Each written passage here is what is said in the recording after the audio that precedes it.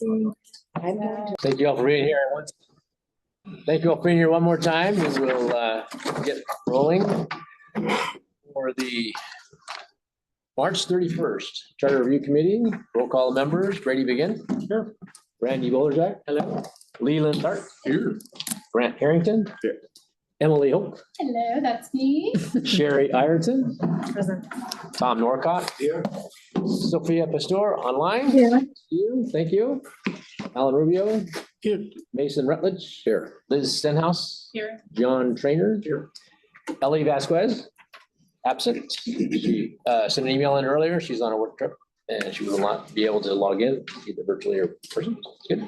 And Deb Williams. Here. Great. Thank you. Approval of the minutes from the previous two meetings. So you were sent the minutes from the meeting on 3/12 and also from the public hearing, which is meeting 3/26. I don't, actually, did you send out the? I She sent did. them out just recently today. Oh, okay. We can always approve them at the next meeting to give more time. Does anybody want more time to review those? I would. Okay. And I have to update the absent. And move approval for the 3/12 minutes. I second the motion. Moved and seconded, approved minutes from the meeting on 3/12. Any discussion? All in favor, say aye. Aye. All opposed, same sign. Chair votes aye. Okay, approval of the agenda for today. Has everybody had a chance to see what we put on the agenda for today? We did list 4 items, which I think are pretty meaty items, probably going to take up all of the time. We'll try to get to all of them if we can. Are we supposed to print these out ourselves? There's usually a stack of them here, but You can always ask me to print it for you, but I will not just print random copies. I did print out like 10 agendas, so there's some at the back, but I can print you the whole package. I would be happy to upon request. sorry. That's okay. Any changes or adjustments to the agenda for today? Anyone? Entertain a motion to approve. I move we approve the agenda. Second. Second, approve the agenda for tonight's discussions. In discussion on that? All in favor, say aye. Aye. Opposed, same sign. Chair votes aye, motion passes. Item number 4. First discussion for tonight. Hey, John, you keeping up? I'll keep it up. Okay, good. Yeah, man.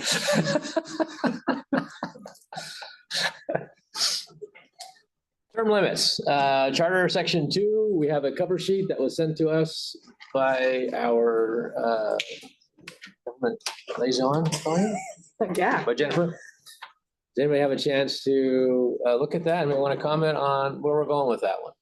So at least a couple committee members expressed interest in this topic. Quick review of potential ways you could take this. Snohomish County and Port Angeles do 3 terms as a limit, so 12 years, which we have 4-year terms here as well for mayor and council. Spokane does 2 terms. Tacoma does 10 years. I don't really know. I didn't look further into how that works for them, but maybe they have 2-year terms. I don't know. We've never had a mayor for more than 14 years. City council, since districts, I think their turnover, and it appears that there's like more frequent turnover in office with that form. Although when I was first in elected office in like the mid-2000s, the Everett City Council had some members who had been serving for quite some time. 31 years Yeah. and 33 years. Yeah. Although I don't think that's happened in maybe like the last 10 to 15-ish. So, but there's examples out there in other charters for your discussion. So I know this has come up a couple of times, and I think there is enough interest on our committee that we wanted to discuss it. If not, to move forward a request for proposal. So Deb, start us off. I would like to move that we have 3 term limits. And I like the language in here that says a partial term of 2 years or less shall not count as full term be included in that. So that's the motion that I would make. Which proposal are you looking at? This handout from One Voice Snohomish County that came through. Okay, gotcha. Thank you. Yeah. You second that, John? Second. Okay, second. Great. Any more discussion on that you want to talk about? Randy, go ahead. I guess I'd just note that I generally oppose term limits in that elections serve as those. People are term limited by voters.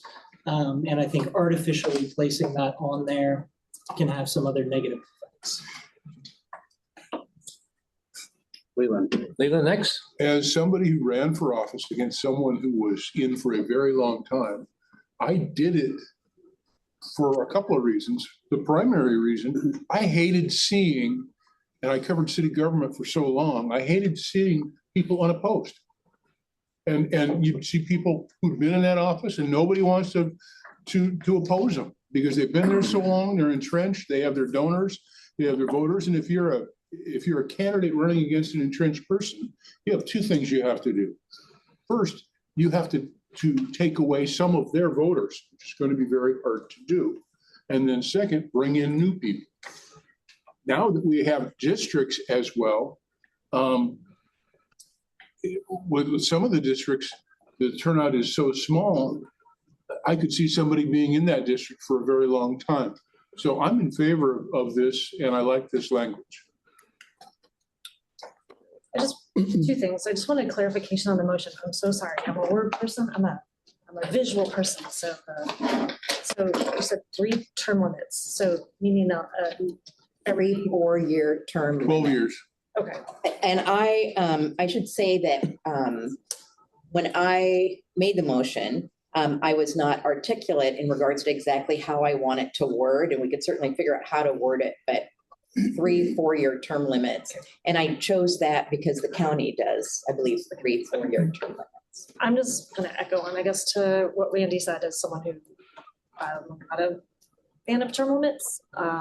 Remember the whole Tom Foley Nethercut thing, and then it turned out Nethercut wasn't really fond of term limits himself either. So I think the voters speak, and I think that's where the remains in a smaller jurisdiction. That's all I have to say. Thank you.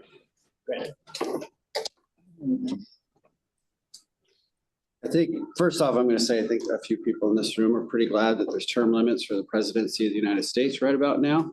So we can't sit here and be happy for term limits for that and not want them here. Secondly, any political position is supposed to be civil service. It's not supposed to be a career, right?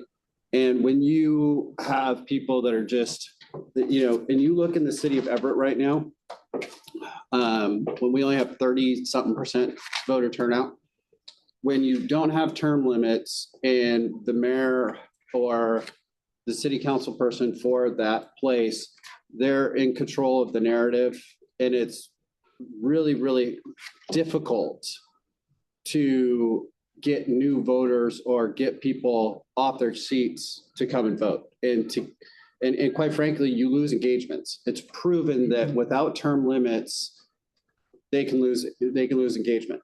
And I'm sorry, but if people want to be involved in politics and all of that, they can go and serve other positions in other jurisdictions, other cities, other municipalities. They can also stay on and work for the city, and be, be that way. The other thing is, it's just so hard. These positions are so hard to, anything in life is difficult to keep your passion for, to keep motivated, to want to do it when other people aren't doing it. And mayor and city council positions, these are hard things. You don't go home and stop being mayor, but it's hard to keep up that enthusiasm, that passion, those things. And I just go back 2 years ago. I look at when the Seahawks let go of, Pete Carroll. Nobody was sitting there going, oh, this is going to be awesome. This is going to be great. Nobody was sitting there going, hey, we're going to win a Super Bowl in 2 years, right? But sometimes people just lose their passion for the position. And sometimes we just need change for change's sake. We need to be able to enthuse a certain amount of enthusiasm We've got to get civic engagement back. And you know what? If you just have the same mayor running over and over again, then, there's a lot of people who just don't think that they can win and they never become engaged and then they never run. And so, we also have to not, it's like, I'm not even talking just about current people in leadership right now, but we also have to be careful for what happens, if somebody else becomes in leadership. Right. And, I'm sorry, but, sometimes you need change for change's sake. And political positions are supposed to be civil service for the people, by the people, we the people. And I'm sorry, but just letting somebody run over and over and over again and become a career politician, it's not good for the community as a whole. And, Sounds like you support the motion. I do. And I think if you're gonna sit out there and say, raise flags and do your thing, but then you're against it, then, that's a whole different thing. And you can't sit here and tell me that current leadership or incumbents don't have an unfair advantage to be able to win. Mason? Yeah, there's been a couple of these proposals that sometimes I wonder what the problem is we're trying to solve, if this hasn't been an issue for 30 years. But I appreciate the discussion. I don't know where I sit on this exactly. I also, I can't find the proposal in my email. I've looked through a couple of them. Where did this land? So Or did it it- was attached. I forwarded it. Okay, It is not on the website because I only I missed it. So there were 3 that came from One Voice. I put 2 of them on the website, or I asked someone to put them on the website. March 29th, Okay. email 11:30. I mean, I have a hard copy of it if someone wants to read it. they just gave me a hard copy, which is great. Thanks. I'm a hard copy kind of person, so that's nice. I don't know anything about I really agree with what Grant is saying about any position is to be civil service, not a career. That is a much larger discussion than term limits, because the truth is we have people that enter into politics as a career and don't ever have another job, whether they're working in the county or working in the city and then take elected office. And I do think that's a problem, but that we're not solving that one here. We need people that are dealing in business issues and assorted issues in a city, not just in civic issues. I do think this is generally in society. This is an issue right now. And I'm December 1964, so I'm the last month of the baby boomers. And it's time for baby boomers to step out of positions, having mentored and developed people to step into positions. And that needs to happen across the board. And it's not happening in organizations, it's not happening in business, and it's not happening in cities, and it needs to happen. So the bigger question for me is, how are we building a succession plan? How are we inviting people to the table? Because I think people aren't running because they don't feel invited, or they feel like the seats have been taken. And that slows down energy for the city. It slows down fresh enthusiasm, and accountability becomes relational versus structural. And the outcome just feels predictable. So then why vote? It's already, I'm thinking about elections this fall for our region. And I'm like, it's already done. Why even vote? Well, that's not a good place for a person in a city to be. So I appreciate the discussion. I don't know where I sit on it. Generally, locally, I'm opposed to term limits because I think there's enough touch points for us to really get in. But dang, we don't have them anywhere in our city right now, and that's evident in our elections. That's it. Thank you, Mason. Emily? I just want to say I'm in support, but I do have more of a logistical question and something we might want to have addressed, because it doesn't have anything listed in here. What if there's no one to run and that person's term limit expires? Like I think about my District 5, we had one person that ran unopposed recently. I didn't look back at the history, but it's like, what if that happens again and again and again? We just need to have some sort of language in here that we can supersede this if there are no other. I think there's an existing process when there's a vacant position or no one files for an office. Then disregard. There's a, Great point. That'd be full bacon. Being fair, is it a good process to be like? John?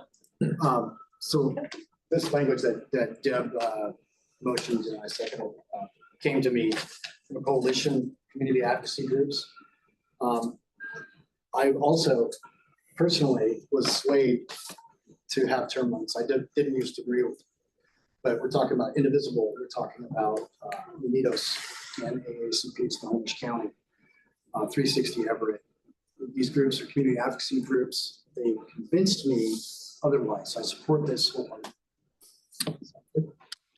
Yeah, my question has to do with something similar to hers. So nobody runs for the office. So then what happens? Somebody gets appointed or? There's a, yeah, I think that's true. I mean, like if there was a vacancy on the city council because someone resigned, then the city council, the remaining 6, would take applications for that and appoint someone.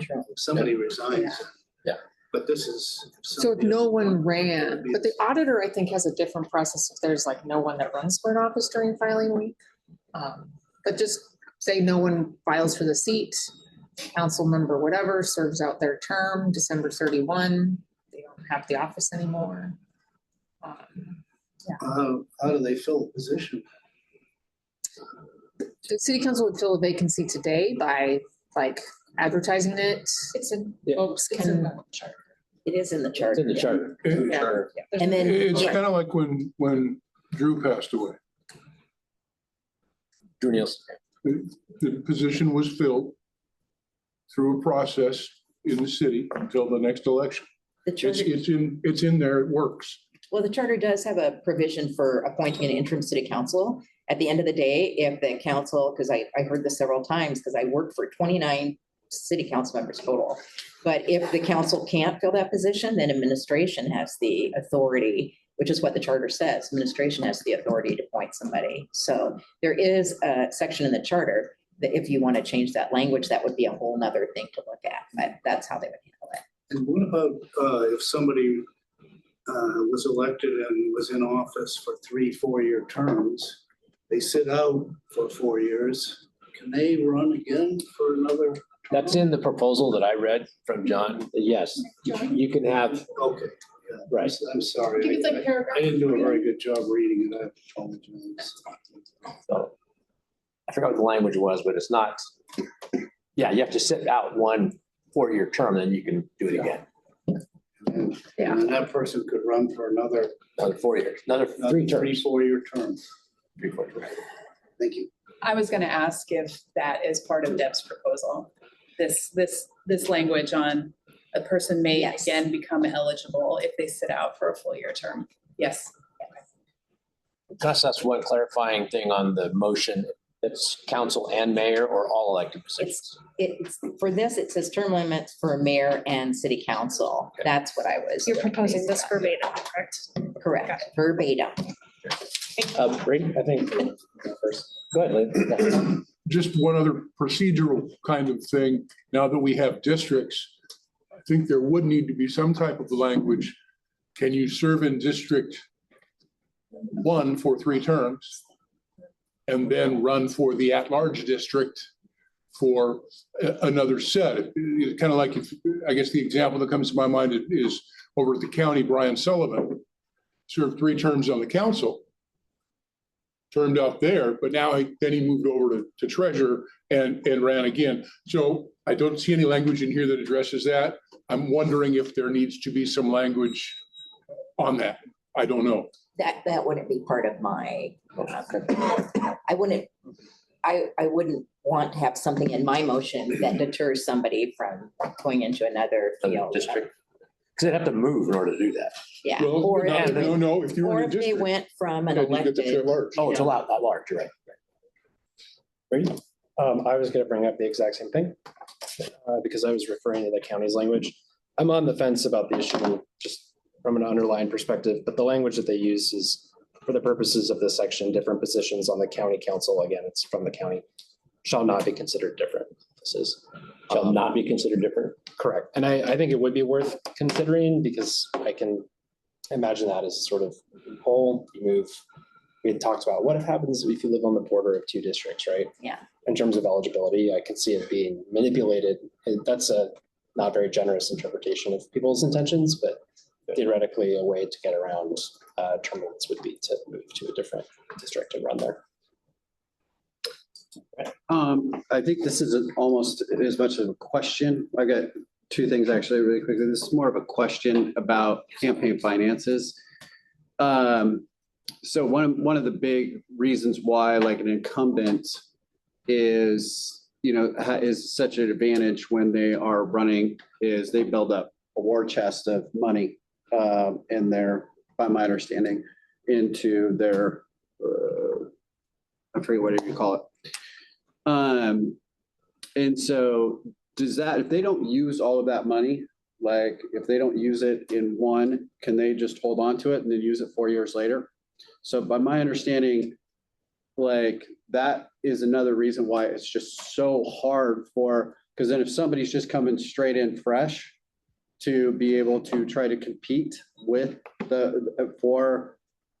city council or mayor or something to that extent, it's so hard to try to raise the same amount of money and get to that point. And it's not fair. I mean, it's just simply, it's not that fair. So if we want new talents and we want new people to want to come in,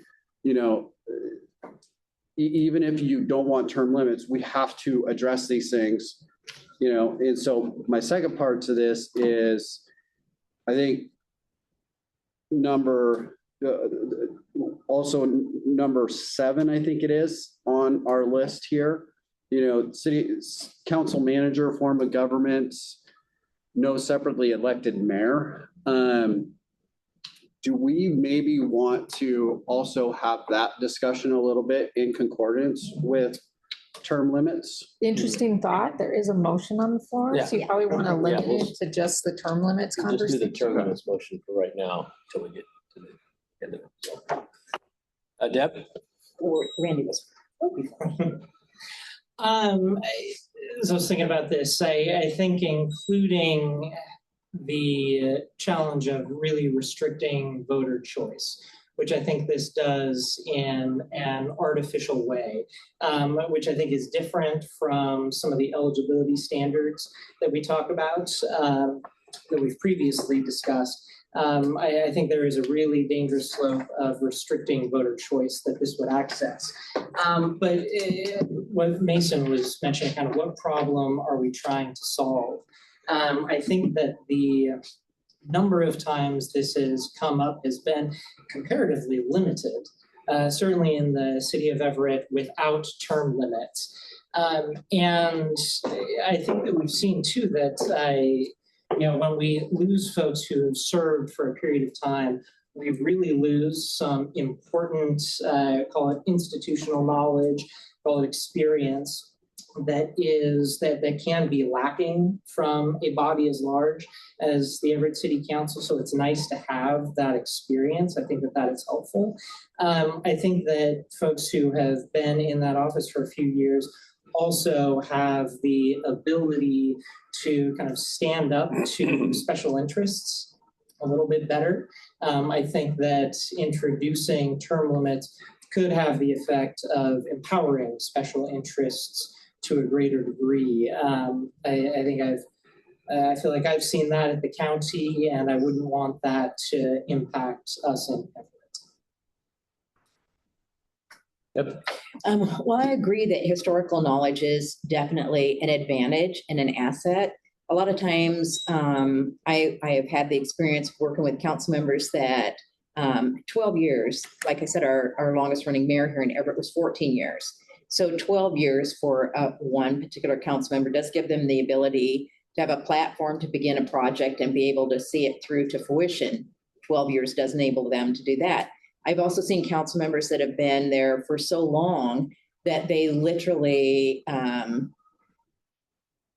bluntly, I've had council members forget that they needed to go to meetings where they were just sitting at their desk and forgot to go. I've seen council members get incredibly burnt out, having feeling that frustration of not feeling that they can get anything done.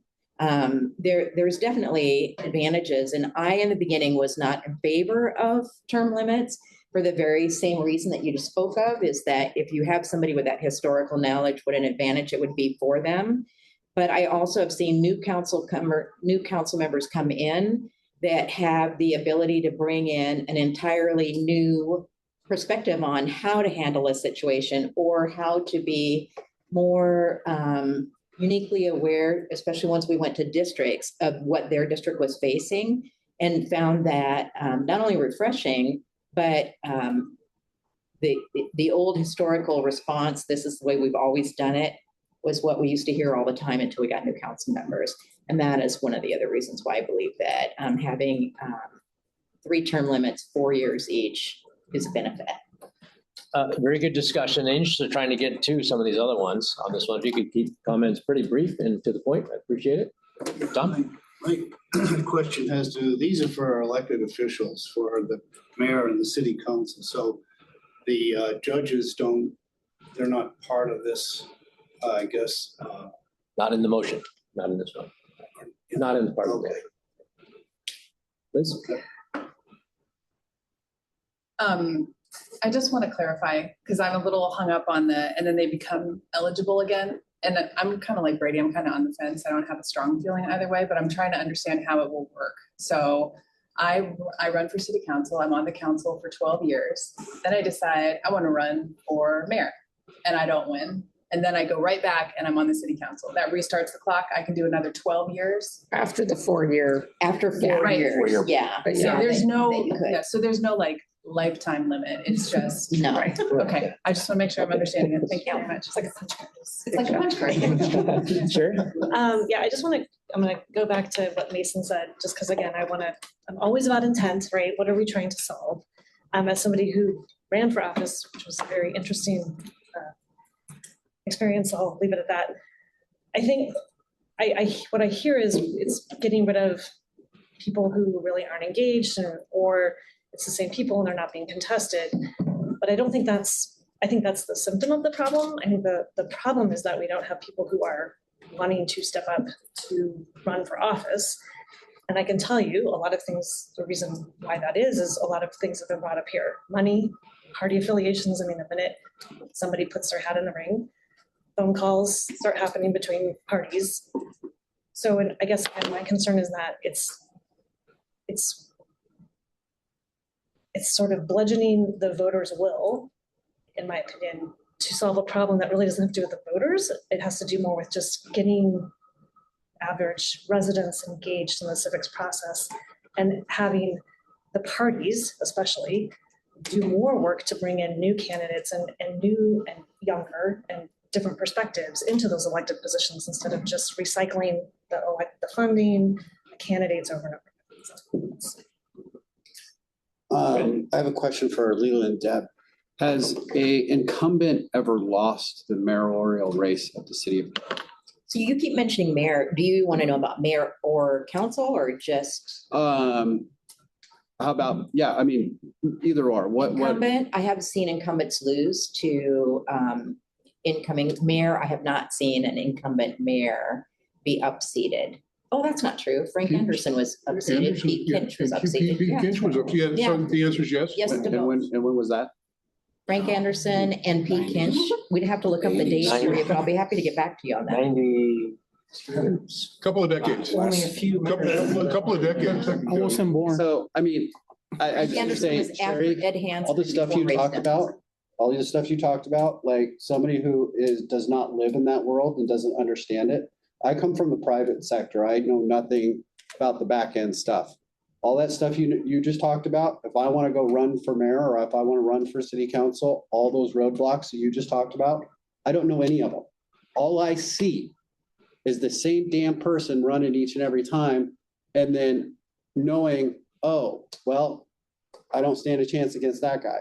Now, imagine you're somebody, it's just, if we keep allowing it to happen, if we keep doing it, we're just nobody that is uniquely qualified or may want to step out of the private sector is going to do it because they're just not going to think that they can win. And you know what? This city has lost engagement. We have flat out lost engagement, especially in certain neighborhoods and certain areas. And if we just keep letting the same people over and over and over again, you know, from the same district, how many, I'd also like to know, like, yeah, you know, how many mayors have not come from District 1 recently? I think I'm next. Yeah, go ahead. Yeah, just, it's funny because after the great discussion, great insights, I'm still on the fence. Even now, as I talk, I'm going to say both sides of the deal. So there are no parties. Just, we got to remember that. Well, but so just to be clear, yes, yeah, on paper, that is true. But the Yeah, minute and someone puts I'm just saying, like, the minute someone, I'm speaking purely from experience. Me too. I get it, yeah. The minute you can say that you're nonpartisan, the minute you put it in, there are members of parties who will reach out to all the candidates. And I'm looking at Alan and I'm looking at Leland and Grant, because I'm sure you all were. Mason. It does happen. I understand. Here's the deal. That's the funny thing. I ran, nobody called me. So I mean, that's how bad I was. I didn't get a call from any party. The Beverly Elementary School Alumni PTA did reach out to me, which was very nice. So even though hopefully it's the ideal, there's a lack of engagement throughout our city. I know some places might be stronger or worse, but everywhere is lack of engagement. I will say the nice thing about our proposal, now I'm going to the other side, is any corporation is going to have the same structure. And I think our city council is supposed to be, my sense is, the board for the mayor, for the city, if you will, and the mayor is the CEO, if you will. So we're living into a corporate structure that does work. Most of them just have a year off. But it's because of the cycles. I get it. I still think our bigger issue, which maybe I'll think about this and come back with another proposal, is how do we develop bench strength? This last election was a little bit embarrassing to me that we hadn't developed a stronger portfolio of candidates across the city. And that's up to the board and the CEO to do in an organization. All right, I'm going to call for a vote on this topic. It's quick. It's going to be quick. Okay. A detail on it, we've talked about concurrent terms, but the 4-year piece, should that be a 2-year conversation? Because the council seats are not, they're every 2 years, there are elections. Maker of the motion? I think, yeah. To me, the There's like a question is 4-year like- cooling off period. If there should be a 2-year cooling off period because someone could be in a district, run for at-large, or in an at-large and run for a district. I really don't have if you want to add that, amend that, that's fine. I don't have a preference one way or another.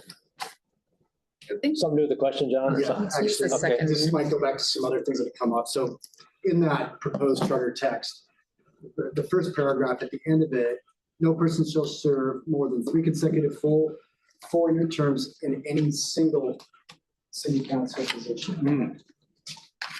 Say that again. So that would be actually 2 then. Yeah, that'd be 2, yeah. So I think it's in the motion already, unless I'm misreading my own submittal.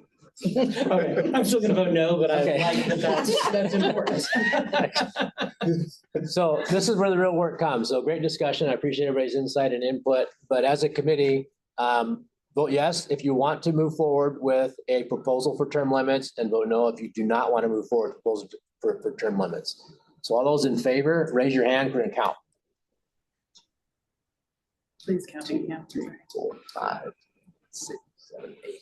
And Sophia, Oh, yeah, and Sophia has her. 9 yeas. can you count yourself? That's all. Yes. Oh, I counted 10. Okay. And then nays. Raise your hand, please. 1, 2, 3, 4. Okay. It's 10-4, yes, that we want to move forward with a term limit proposal, which we will send forward to the bill. Yeah. Okay. Send up on the ballot. Very cool. So It's up to this'll- council. so We're going to this'll- tell council that's what we want or we suggest, and then it's up to them to push it to the ballot. At your next meeting, I'll have, I mean, this one's relatively complete, so I think I'll have finished proposal for initiative thresholds, eligibility, the civil service the item we talked about a couple weeks ago, or whatever it was, 3 weeks ago. And this, I think, is reasonable. In a form that would be like a final proposal that would go to city council. Okay. In your document. Yeah, that's it. Moving on, item 5 on the agenda, we're gonna talk about section 2.2, holding only one elected office at a time. This was brought forward by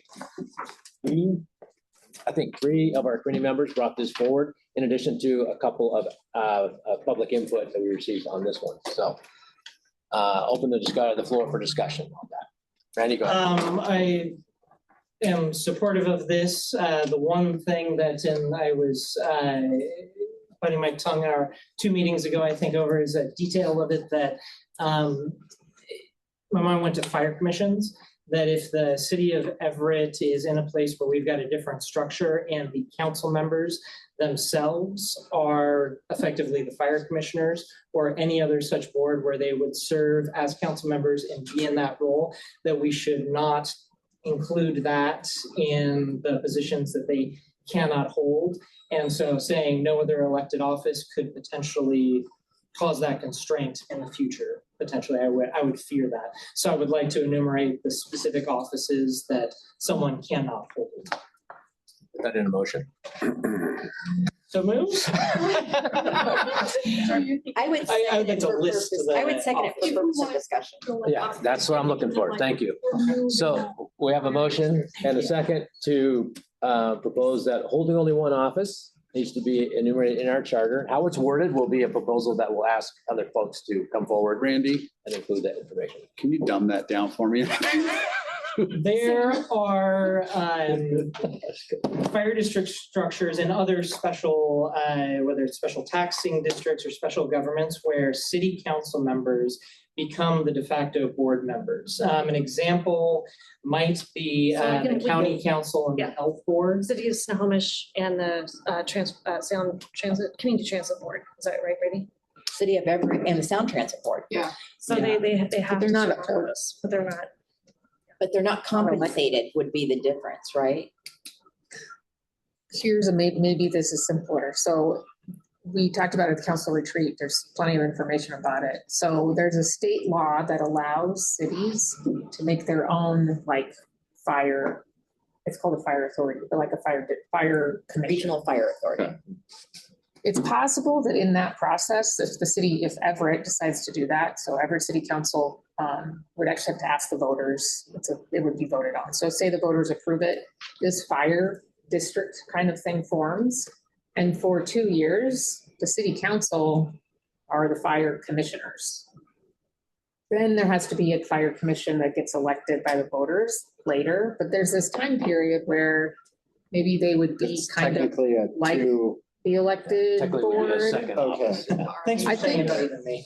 Just more, anyways, like more, I just thought we'd be They're very holding direct about it. 2 positions which are elected. It's, Because I think that what I heard in this room and in another room when we talked about it, it's the like, you're on the city council and you're on your end of your state representative and you're a state senator, or you're on the school board or county council member or the county auditor. That's the way Randy. Proposed Pretty two good. point two Yeah, I B lists the offices, lists all of that stuff. Yeah. Leland brought up something at the town hall the other day about like, will this also include, like right now we have one city council member that is an elected city council member that is also working for a county council member. Well, she's not. No. But Leland But brought certainly that in up. the past, yeah. That would count though, I think. What would that be? No, it would not count. She's not elected. She's not elected. She wasn't elected. She wasn't elected. She just worked for it. But Leland brought it up. I haven't made it this, like, I haven't developed an opinion on that yet. Is that something that we would like to discuss? Like, is that something, do we feel that working for another elected official in that type of capacity creates too large of a conflict of interest? I guess that's a question for me to you guys. Well, this language, I'm just gonna read this one line. It just says, a mayor or council member shall hold within city government no other public office or employment. That's what the one line says. John?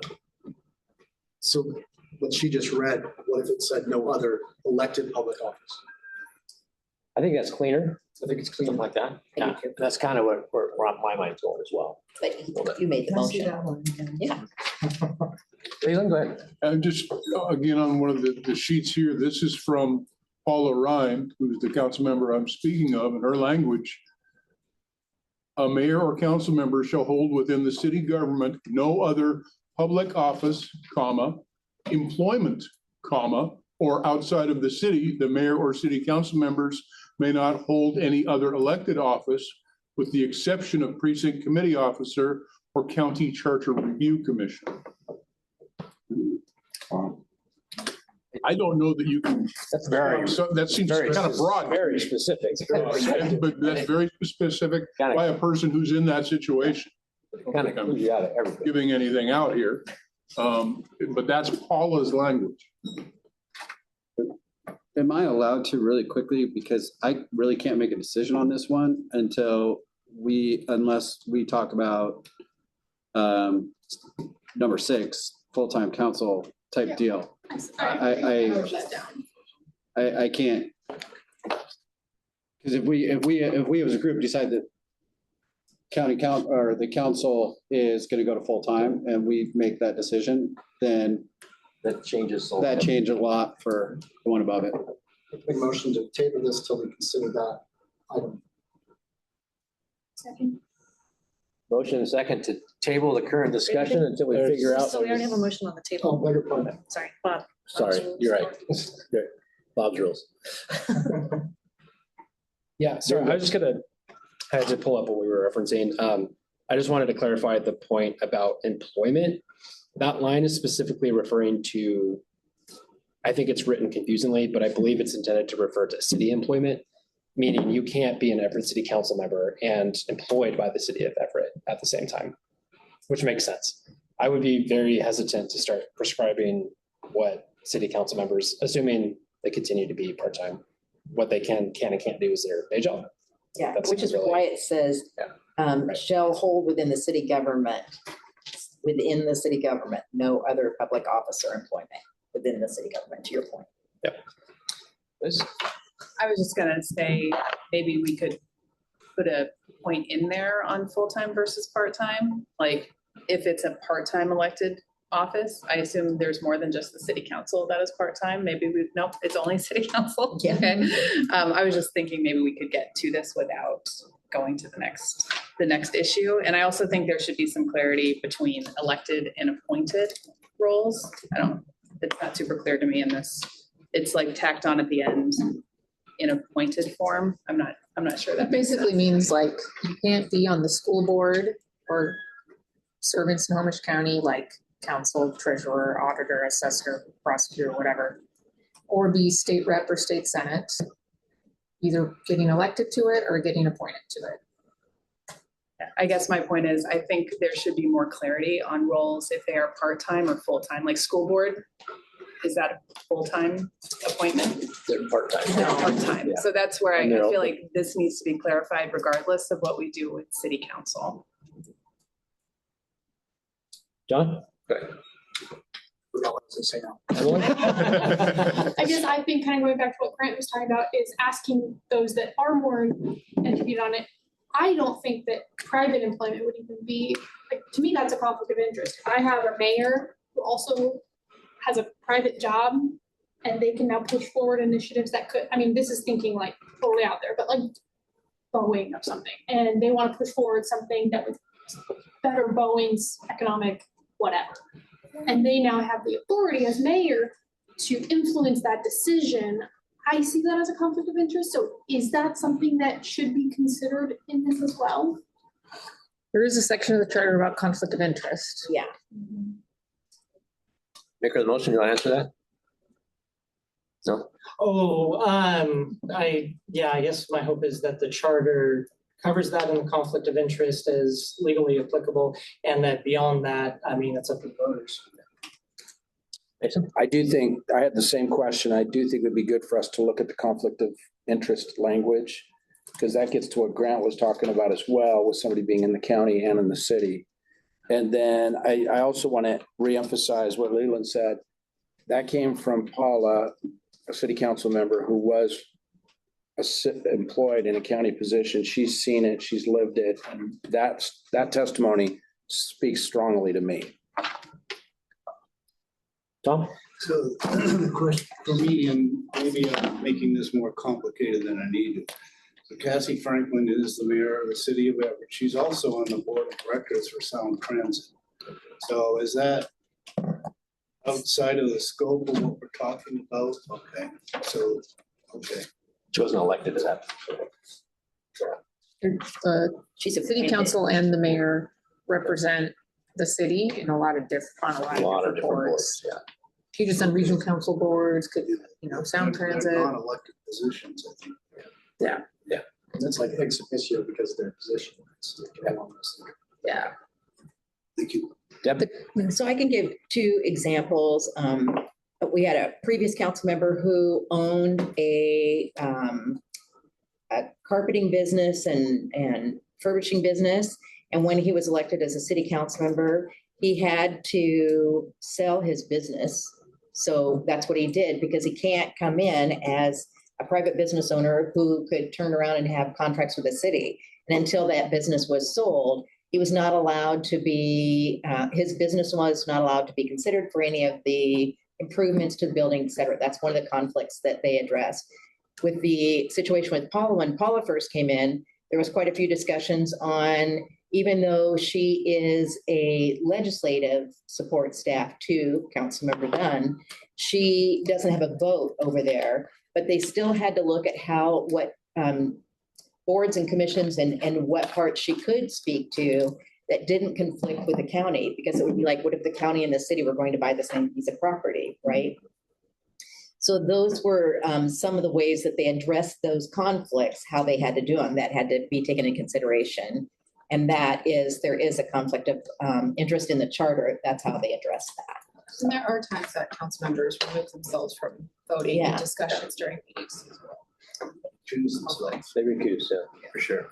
Yeah, they have to recuse themselves and leave the room when they vote. For example, grant awards, lodging tax. There's a council member that even though she runs the business, she still has to recuse herself and leave the chambers while they vote on whether or not her business can receive those lodging tax. So which one of these are we? We're on section 2.2, holding only one elected office at a time, and the motion is to move forward and. I'm just asking, is it your language, Randy, or is it Paula's language that we're? The language would just be, my amendment was to list, or I guess list the specific offices. Got it. That someone would be ineligible for. So there's total clarity on that. I got mine from, same thing, John. Yeah, and then there's also, I've got a couple. There's several different ones that are in our packets. It's hard, I get you. It's hard to keep that.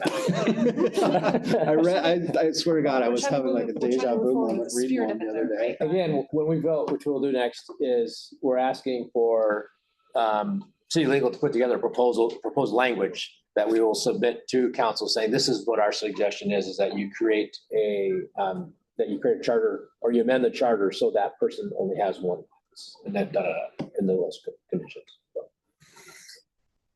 All right, so no further discussion. I have a motion on the table to move forward with holding only one office.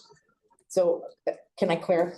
I want to just clarify, Please. is the motion, a mayor or council member shall hold within the city government no other elected public office or employment. And then you had all those, Paula had all the, you wanted fire And I don't know commissioner what and all that kind of Paula's, stuff. I don't have Paula's list in front of me.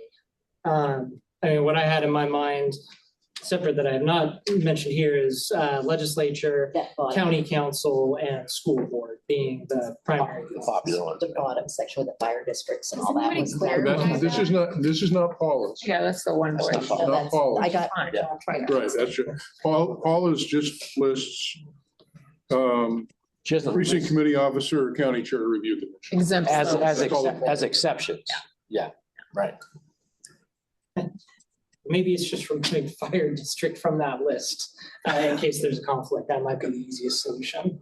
But aren't we just asking legal to come back with I mean, we'll work on the language, I guess, is what I'm trying to. We're giving them kind of what our discussion's about, and then legal puts together proposed language based on what we chatted And about. we'll go And then we revisit that. revisit it. And And they'll probably have listened to this conversation to give us a few ideas. yes, exactly. Yeah. All those in favor of the motion, raise your hand, please. I think it's everybody. Opposed? Number 6, the full-time council. Now, this may, once we decide on this one, it could trump what we just talked about, but that'll work itself out, I think, in the logistics, because if they're full-time employees of the city, they have a lot of restrictions on their policy anyways. So.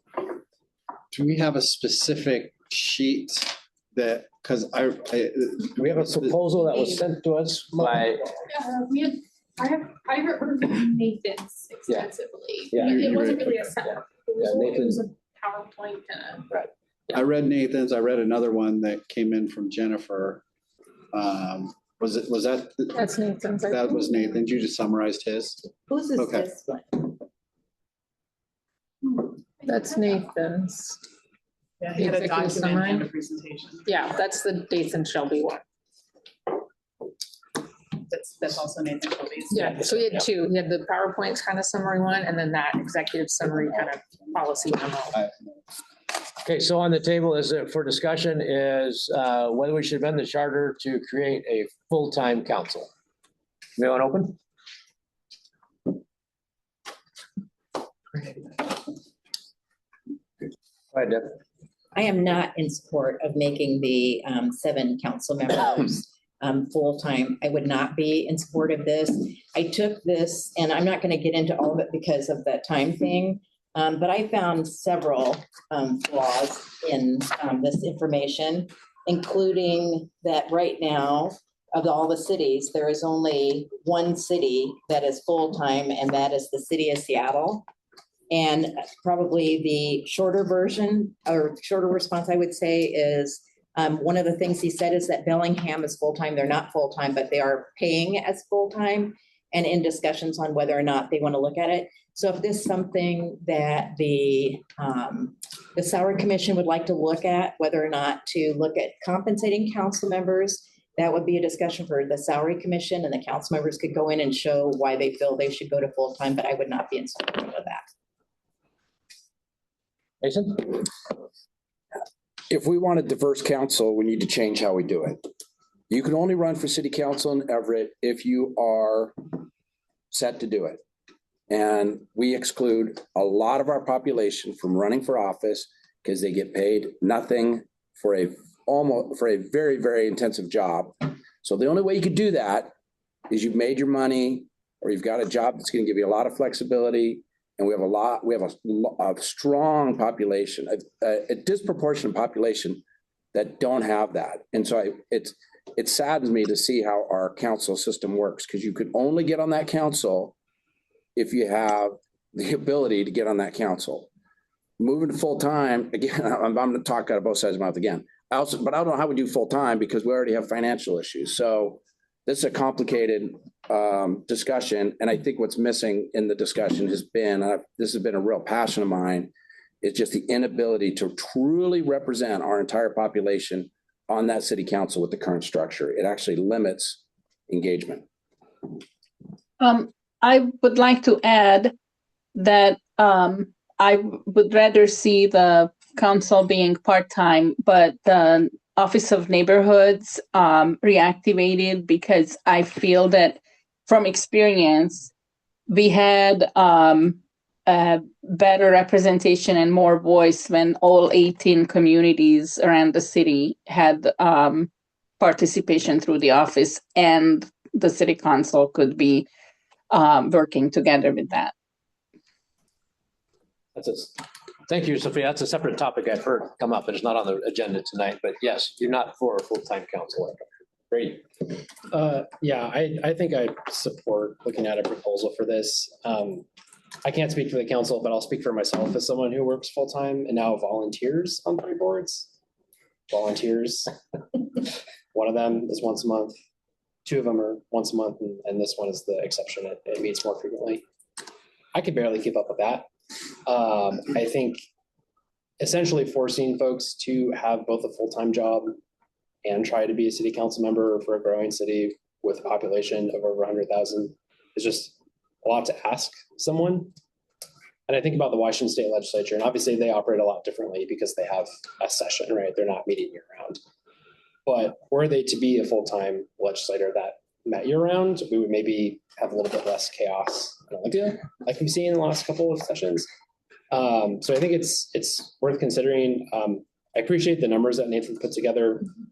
I think it is maybe underselling the impact a little bit because there's presumably increases to benefits and other things that the city has to take care of. But I definitely think it's worth further consideration because it is a really big job. And it's difficult for me to square how often they meet versus how often, some of us meet in our volunteer capacities. I would be supportive moving forward with it. Keep forgetting I get to say things too once in a while. But I'm on the fence on this issue. I appreciate the discussion. I'm looking forward to hearing more. But when I looked at this one through what was submitted to us, probably not in a huge supporter of this. I think the fiscal impact is a big deal because not only do you give them full time, but then you've got staff and you've got office space, all the logistics that goes along with that. And I think Mason said this, the fiscal impact I think would be a big concern that I would have by making it a full-time. And then I want to go back to the other problem statement that we brought up. What are we trying to solve by going full-time versus the part-time? Has it been a problem? Do they need more time? And I think Brady just kind of hit that on the head. Says, yeah, they probably do a lot more than we think they do. And full-time is probably really appropriate. But anyway, my 2 cents. Sorry. Liz, go ahead. I'll let you. Am I next? Yeah. Okay. Hi. So I just to share my point of view right now, this is one that I didn't really, when I first saw it before we had the meeting with the public hearing, I was kind of like, that's interesting. I didn't know they were part-time, kind of a thing. And then hearing Nathan speak, I do think the problem we're solving with this is somewhat what we were talking about a little bit with the term limits. Like it's not necessarily something anyone can do with a $33,000 salary. And I think Brady's got a really good point in terms of the time. And so I actually think this one is solving a problem. It's solving the problem of how do you get bench strength? How do you get people who maybe couldn't do it or weren't sure if they wanted to do it? And now all of a sudden it's a living wage that they could, still raise their family and that sort of stuff. I agree with the fiscal impact. I think that's a serious consideration. I would say, there's always the potentially to reduce the number of city council members. Maybe it's just 5 districts, no at-large. I haven't given that a lot of thought, but I am just saying, I feel like there's a solution that could be worked out to get a more diverse group potentially in the city council. Not sure who was next week. Yeah, I get very concerned. I don't, because my big concern, a big part of me wants to side with this because I agree we need to make 33,000 is not I totally agree with Mason and, everybody that, they're probably getting less than minimum wage for the actual amount of hours and stuff that they're doing and the work that they're doing, stuff like that. And so my only concern is Charter Review Board, it will directly impact budgetary things and salary things. And I don't know if doing things, we are directly influencing that. And I'm wondering, and Randy and Deb could probably answer to this a little bit better, is determining salary and pay, is that probably better suited for a different committee or something? We can't, the salary commission does that. That is the salary. But if we're saying it has to be full-time, we're at minimum saying we have to pay minimum wage based on 40 hours a week. And then we got to pay benefits. If you want to know like a fiscal impact, we could bring information back. Yeah. But It's my, a separate committee that would, like, if this were to be All that approved by work, the yeah. voters, then the salary commission would set the salaries. but we're We still could setting talk a about minimum, what there's it still might a look minimum line there that we're kind of encroaching, or we're kind of like, we're encumbering them to a certain amount. Like, we are saying, you have to, because there's a minimum wage, you have to pay people. And if we say that it's gonna be full-time, right? Like, if we say it's gonna be full-time and this position is gonna be full-time, then there's a certain budgetary line item that they're gonna be stuck with that they can't control. And it's kind of in my thought process that leaving some leniency to where I liked what Deb said, that how much we pay them or what the salary is for them, they can still get paid as full-time in the salary commission. Can they determine that they can be paid as full-time? Or can we walk out of here with a no decision on this? And can the salary commission come back and be like, oh yes, we're gonna pay? No, They can't? Bellingham right now is currently processing how they have part-time council members, and they're listed as part-time council members, but they're receiving full-time pay, and they're trying to figure out how they can move them to full-time council members because they are in the process of going through that. Spokane tried getting theirs to go to full-time, and they stayed at part-time. They were not successful in their moves forward. So the answer to your question is this group can say, yes, we want them to be full-time council members, and then that's all we can do. And then it goes to the Salary Review Commission. Then it's up to the Salary Review Commission to figure out how are we going to compensate these individuals as full-time council members. That's how it works. We can't say anything in regards to you have to do this and the minimum wages this week. This board has no authority over that. It's also important to note, though, one of the comments that one of you made was, and then we would have to think about getting them benefits. Even though the council members are part-time, they do receive full-time benefits. They do receive all that compensation package. And just one last little comment is, we do, if we are mandating that they go to full-time, then we're mandating that they actually work 40 hours a week, or what we. No, or we you just say full-time and that's it. Then It would it's just be a recommendation that they consider a full-time council. Is that what we would do? Yeah. and then It's up to them to your figure performance evaluation is when you stand up for election. Yep. There's no punch card. If you spend 15 hours in the office, that's up to voters whether that's acceptable or not. Exactly. Leland, go ahead. And I think, again, kind of on top of that is, I don't know who decides this, but in hearing discussions over the years by council members who said, this is a full-time job. Oh, and I need an analyst. If you look at the repercussions of that, what are those? So now we're saying full-time council members. Do they each get one analyst? Do they each get their own assistant? Do they each have their own 2 people office? This has got a lot of dominoes that are going to fall. And I'm just thinking, I'd rather just stay out of this. Just like districts. The last time of the council here, they didn't do districts. Districts came out on an initiative, didn't come from this body. I'm happy with this body not moving forward with this at all and letting another way, because there is another way, handle it. Deb? So one of the comments, I think it's important to note that council members that have applied for these part-time positions before, we've had council members that I don't know what the appropriate political term for would be, an individual that is in the home, but it certainly wouldn't call them a homemaker. We've had individuals that also work in government, individuals that work in corporations. We've had CPAs, we've had lawyers, we've had insurance, we've had facility managers. So clearly across the board, we have a wide diversity of talent that have applied for the part-time positions and are still able to do. And I think that's important to note. In regards to staffing, Bellingham has 7 council members. They have 1 council manager. They have 1 legislative analyst, and then they have a communications director. So 3 staff for the 7 members.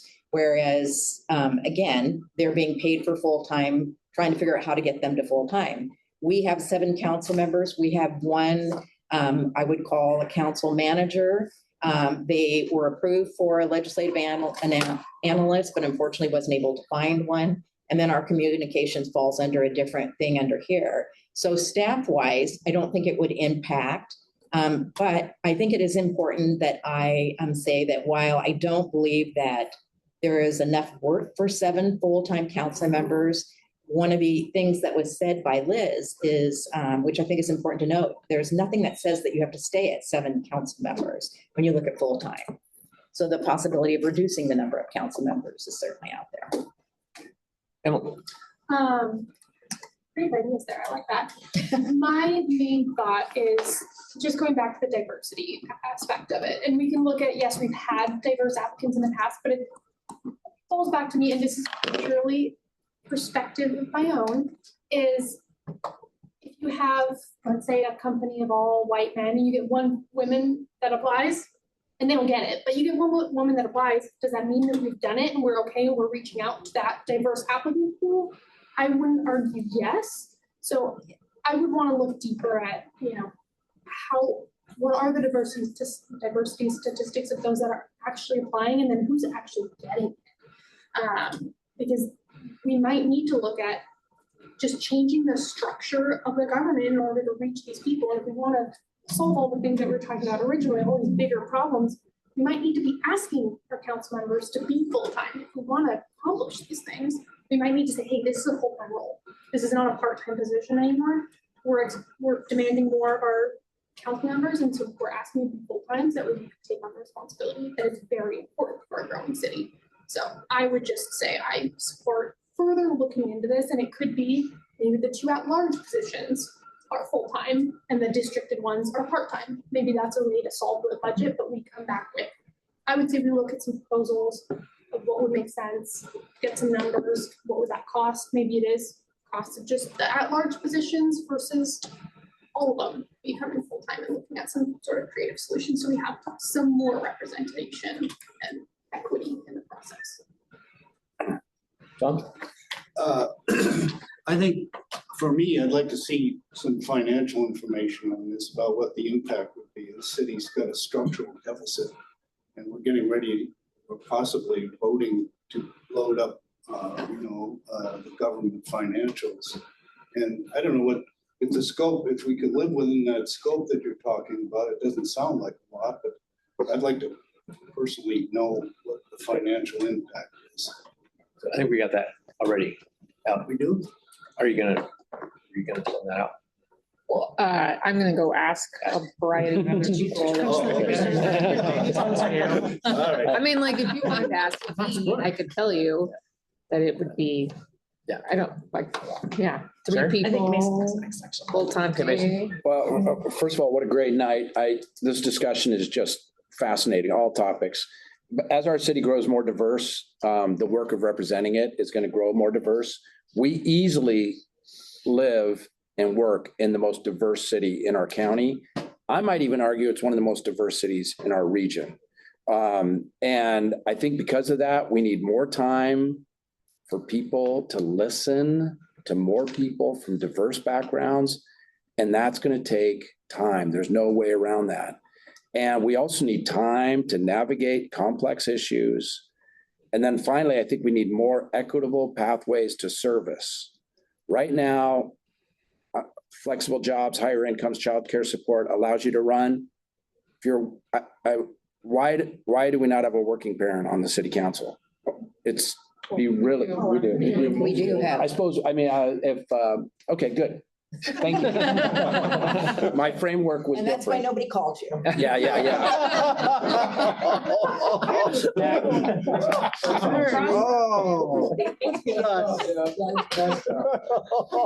kidding. I'll tell you where. Jared. I was just gonna say like a couple things. I think if this had come like overwhelmingly from council themselves, I'd be like really open, and gosh, I can't say enough how much I appreciate your perspective, Deb, because you're bringing in decades of seen it firsthand. So that's been really helpful. And again, going back to the same question, like for like the founders, what is the problem we're trying to solve? I mean, if the concern is that people don't understand what council does, they're not engaging with the community, the council needs to do a better job of going out and engaging with the community and explaining what they do, and not just putting something on on their Facebook page and hoping that working full-time parents, younger folks are gonna get out there and go do that. The other thing I'm always thinking about is let's play it forward that this goes to council approves it, it goes as an initiative on the ballot. How many voters in this community do you think are going to be like 100, like super supportive of making and paying our council members to be full-time? I just don't think even if we got over that threshold, that it would go very well with the voters. I haven't heard a single community member come to me in particular when I have reached out, and I live in the Delta neighborhood, so I'm in a very different socioeconomic class than I think where a lot of you come from. They've not asked their council members be full-time. They've asked what are their council members doing for them. Ellen? Yeah. Grant may have been first. Okay, great. So I agree. So first off, I just keeping it simple. I agree that we need to do a better job to be able to attract or make it possible or lower barriers for anybody to be able to serve on the City of Everett City Council. I mean, I think we all in here agree with that. And that's the problem we're trying to solve, is lowering those barriers or making it so a single mom with a job can serve on the City Council and do a really good job at it. That's what the problem we're looking to solve. But I think and to Sherry's point, and to Leland's point, and to Deb's point, I just flat out don't think we're the ones, and just by simply changing the terminology from part-time to full-time is going to solve that issue. I think I think that, in fact, that issue would probably be better solved in talking about, either the neighborhoods or how many city council members we have, or it would even be better solved by the topic that somebody else brought up earlier about funding the neighborhood associations.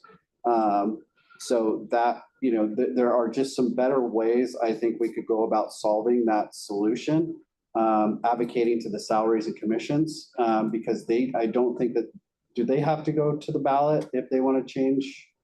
So like salaries and commissions, they can pay them, substantially more. Is Linwood, I know Linwood, I think is like one of the higher paid ones, city councils, and I don't even know if they're full-time necessarily.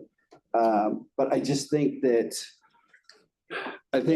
changing the terminology, I don't think that's, I love what Nathan's trying to do with this. I absolutely do. And I'm fully behind figuring out ways to get more people engaged and giving more people the opportunity. I just don't think that this necessarily does it. It may have some other impacts, because the other side of this is, I hate to tell you this, but if I'm making a certain amount of money as at my job and all that types of stuff, and you're saying to run for city council, I have to quit that job because it's full time, I'm probably not going to do it. So there's the flip side to that also. So I feel like it's kind of not solving what we want, but I think the salaries and commissions would be the one to solve that. A couple more comments and we're going to move on. We have no motion on this topic, by the way, so we're just going to stop discussion. I'm going to the next item here in a minute. So we have about 15 minutes to talk about the last one before we leave. My only comment is Nathan did share that he's on the salary commission and they were asked to bring it to us. So us giving it back to them, I don't think it's gonna. Just sharing that. I did not know that.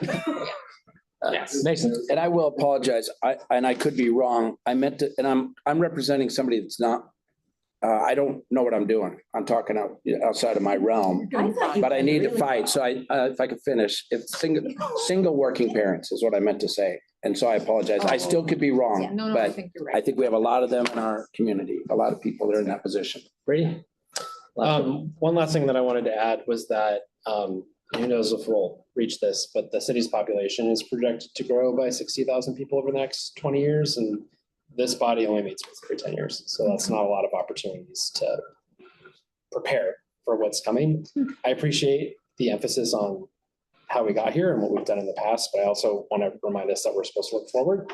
at what we expect the city's needs to be over the next 10 years. And then in 10 years, there'll be another group of us talking about that going forward. So I heard that there wasn't a motion on the table.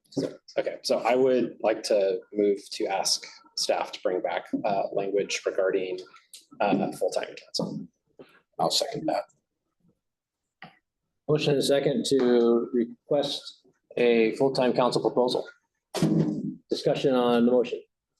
I just want to throw in, I know that I like what you brought up, Sherry, about we're not hearing from the community that they want council full-time, that they want to pay more, but they want to see their council more. But it's a catch-22. They're not incentivized to go and do more as a council member, other than the passion that they have. But they're saying, I'm being paid $33,000 a year. This is a part-time job. I've got to go do this other stuff in my life. Why am I going to put in more effort here when I'm not going to be rewarded for it? So I just want to throw that additional perspective in. But the rest of us are in the same boat. They, Mr. Commission, you're not getting paid anymore. Civic, yeah. I'm not. but I- Yep. Well, first, Mason, I think you've articulated very well. I really have. I've appreciated what you've said. But in the motion, I would like to see comparable cities. I would like to see how many council members in those cities, and I'd also like to see like their staff. So as you ask for those questions, I'd like to see those pieces of it as well. I'd like to see some kind of fiscal impact in some way of that. The motion is to bring back language that suggests Yeah. a full-time council model, which, that stuff. So, Tom?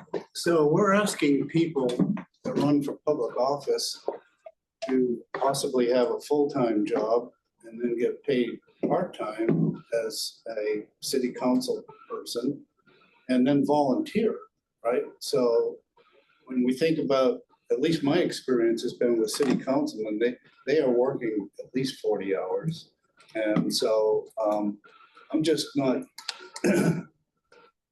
it seems like the current system seems to be working the way it is. And that's just my opinion. I mean, I'm a neighborhood leader, and I see a lot of city council engagement in, the neighborhood association concept. So Just quickly to the motion and discussion. Again, I just think it's something that for us, I'm going to encourage a no vote, because I think we have lots to do as this commission. And we have to make some choices on what we can do and spend our time on. And our time is moving real fast. Thank you. For sure. There's a motion and a second on the table that we ask for a full-time council language proposal. All in favor, raise your hand, say aye. Aye. They're just bringing the language. Just one. Oh, yeah. So if you got 7. 7. Okay. Those no, raise your hand. Can I not vote? 6. Same. Yeah, abstain. Oh. I think abstains is a no vote on the commission. No. If it's just bring, if we Just need to, bringing proposed language. Just bring proposal. okay, yes, but I want to see, like, I would like to see, What was the vote count? I got 7 on the first one and then 6. 1 abstain. So does our rules allow for it to proceed forward to bring back language if it has this 7 and 7. 7 Yeah, to one 6 with person. 1 abstention? With majority, isn't it? It's a Supposed to majority be and then it 10. needs 10 votes to. It needs 10 to Be move, advanced to to be the advanced to ballot? the ballot, but yes. So just language is just a majority. can we get language for us to read on the side? And because to Leland's point, absolutely, I would like to maybe see, because I'm still absolutely like, I still don't know exactly what the difference is. What difference does that make exactly if we decide to flip this to full-time versus part-time? I'm still not exactly clear what exactly that means. Maybe I'll So, talk I with the think- council about, I'll talk with council leadership about like how they might respond to this change. So how they see their job today and what they might do differently if it was defined as full-time in the future. Is that Yeah. what you mean? Like what the job would be like differently? I can also like kind of line out like what happens if it, like, it'll go to the council, it goes to the voters, say the voters say yes, then the salary review committee convenes, they make a recommendation for pay, then somebody runs for a seat in the future, because it wouldn't happen for the 7 of them that hold the office today. 4 years too. Yeah. So we had a motion that was made. Brady made a motion that did not pass. Is that correct? Is that where you're at? Or did Where I'm pass? Pass, Pass. 7 Pass. to 6 Okay. with one So, abstention. yeah, we'll bring back, then the motion is to bring back information or language about a full-time council. We'll digest. I think we need to find out about the question of abstention. I think that's an important question, because otherwise it'd be 7 to 7 and it'd be a tie. Well, unless you vote We can yes. take another vote after this conversation. I'm at the point of, I would like to see, if we can keep it simple and we can get some language between now and Grant, then. I have a question. Yeah. If you want to hear something more about this, it might help if you voted yes. Then yes, but I don't want, No, let's do another vote. but I don't want to take, I don't want to take 2 hours at the next meeting. I love the fact that we have, like, one of the things I loved about tonight was we got a whole bunch of information from you over the last 2 weeks. It's a good Saturday night. And I read a bunch of that stuff. And so I knew what, I was armed coming in. So if we can have something like that coming from, like, what the impact of this is, then I can give you a better answer, but I'm not clear as to what exactly the impact would be. Sophia, you got your hand up? You guys want to vote again? I don't know. Yes, so I would like to see a proposal, and I would like to also see ways in that proposal, in the proposed language, that allow for future budget considerations. That included in what we're doing. Yeah, So we're discussing right now the motion that was kind of on the table. And Yes. you're suggesting you want to see the financial piece to go along with that. Yes, I'd like that, yes, exactly, included in that.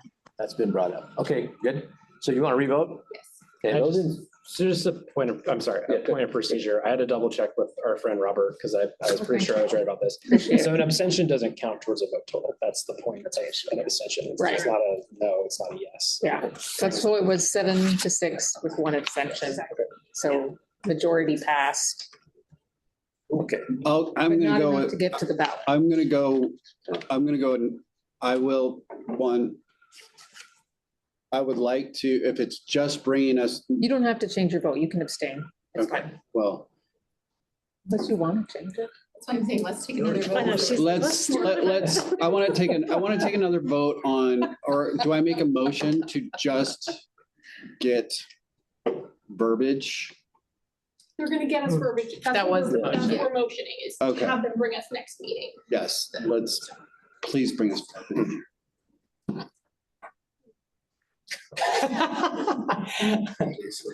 I was just gonna note, I think it's worth considering whether it is likely that we are going to get to a place of 10 votes to recommend this to the council.